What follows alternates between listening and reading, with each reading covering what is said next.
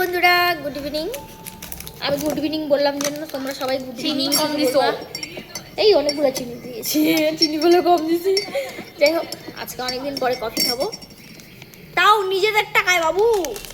মানে আমি তো ভিখারি, আমার কাছে টাকা নেই। বর্ষা দুধের প্যাকেট এনে দিল, তাই জন্য আমরা আজকে কফি খাবো। সেই আনন্দে জানো আমি আজকে কতগুলো কফি দিয়েছি, আমার মনে হচ্ছে এখন তিতা হয়ে যাবে।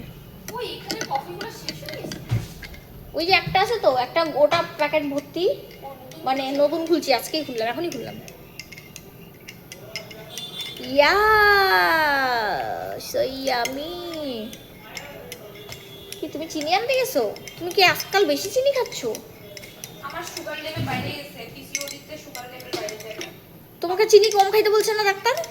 তাহলে ওই সুগার লেভেল বাইরে যায় না, ওটাই হচ্ছে ব্যাপার। তখন মিষ্টি খাইতে ভালো লাগে, মিষ্টি ক্রেভিং হয়।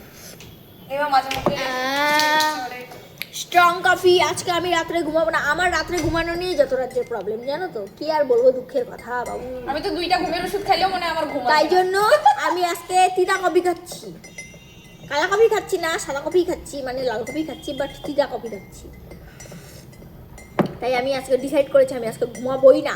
চোখের মধ্যে এমন করে সেলোটি আটকে রাখবো, এমন করে এমন করে এমন করে চোখের পাতা যাতে বন্ধ, করে হতে নিলেও যাতে বন্ধ না হয়। ভাবছি জীবন থেকে ঘুমটাকেই বাদ দিয়ে দেবো, ঘুমের জন্যই জীবনে যতটা যে প্রবলেম। খাওয়াটাকে বাদ দিতে পারো না, খাওয়াটা বাদ দিলে তো মরেই যাবো গা। যাই হোক, কেমন লাগছে তোমার কফিটা? দেখো না কি সাইজে গুইজে থাকে, মনে কি কাজ করতে আসে না ঘুরতে আসছে? মোটেও না, মোটেও না বলে।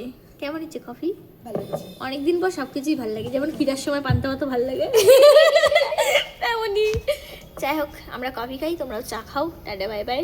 অ্যাকচুয়ালি একটা ভিডিও ছিল না তো দেওয়ার, তার থেকেও বড় কথা আমাদের ম্যানেজার নেই, 3-4 দিন আমরা রাজত্ব করবো।